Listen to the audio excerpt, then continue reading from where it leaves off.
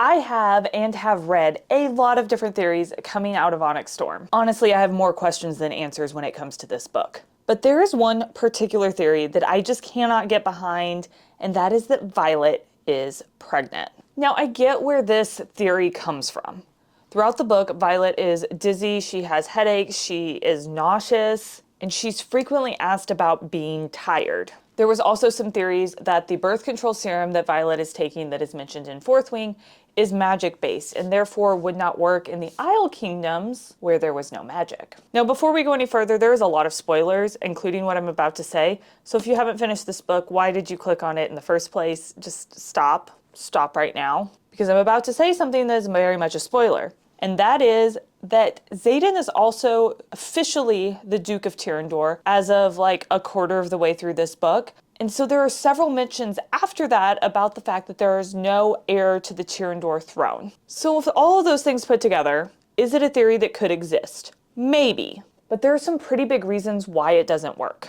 And I'm not the only one who believes this. So Jess, also known as @theveganbookdragon on Instagram, she did a great video that kind of sums up my feelings about this, and I asked her if I could include it here, and she said yes, so here it is. Okay, there's no spoilers in this reel. I just have to go ahead and tamp down one of the theories I see circulating about Onyx Storm that I just can't get behind as a PSA from a chronic illness sufferer to you, and that is that Violet is pregnant in here because Rebecca Yarros frequently mentions that she's dizzy, nauseous, and tired.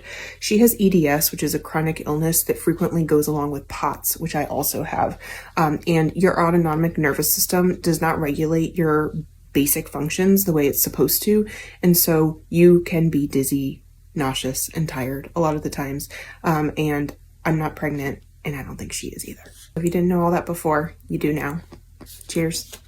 Jess said everything so well in this video, but I want to go a little bit deeper, so I'm putting my pharmacist hat on, and we're going to dive into the medical side of things. Yes, even though this is a fantasy book, this is important. Rebecca Yarros is all about representation in her books, and from many different aspects, including chronic illness. So while it's not written out on the page exactly what chronic condition that Violet has, in interviews, Rebecca Yarros has said that Violet has Ehlers-Danlos syndrome, also known as EDS. Now, this syndrome affects the connective tissues, and so during Fourth Wing, there are several mentions of Violet having dislocated joints, having joint pain in general, her knee popping out of place, which is a sign of hypermobility, and a major sign of EDS. EDS is a genetic condition and often does not present on its own.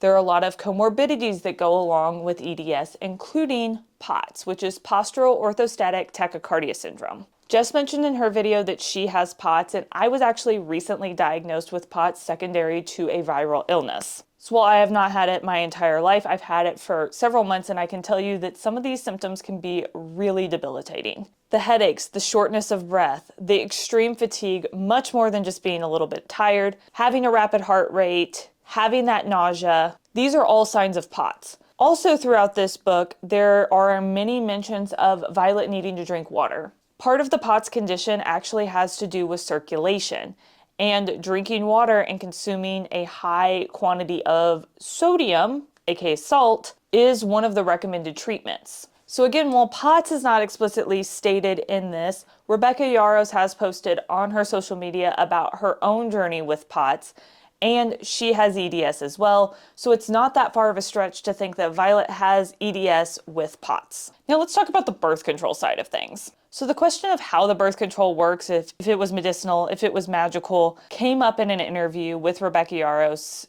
done by Variety. And in that article, she does confirm that it is a medicinal serum, not a magical one. But this wasn't the only time the question came up. Nicole, aka @BookLoveaholic on Instagram, posted a video of Rebecca answering this question during her book tour of will there be a baby Xaden? Nicole was kind enough to let me share that video with you here, so go ahead and check it out.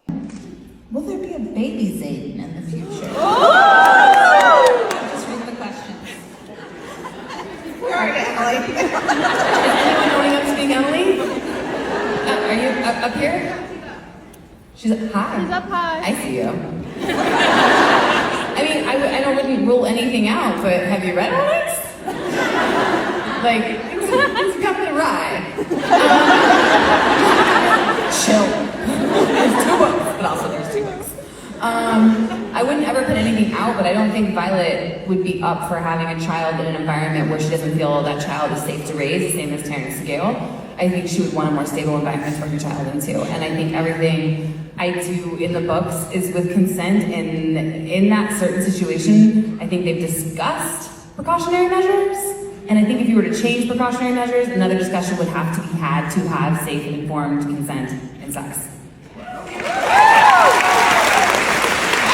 So while you can't rule out anything that Rebecca Yarros has told us in her interviews, because she did let us think that Liam wielding ice in Fourth Wing was just a mistake in editing and not his second signet like we learn in Onyx Storm, I think many people who see Violet's struggle as representation of chronic illness in this book would see Violet's pregnancy as diminishing that representation, because these are signs that people with these conditions do frequently experience every single day, and they're not pregnant. I also think it would go against what Rebecca is saying in these interviews, where Violet would want to see security for her future child, and Xaden would want that as well. And also just the matter of consent and none of that being on page. Hopefully this video helps you on why maybe this is not the theory you want to stand behind. But I would love to hear some of your other theories down below in the comments, so make sure you leave them. I wish you the best of luck in curing your own Onyx Storm hangover.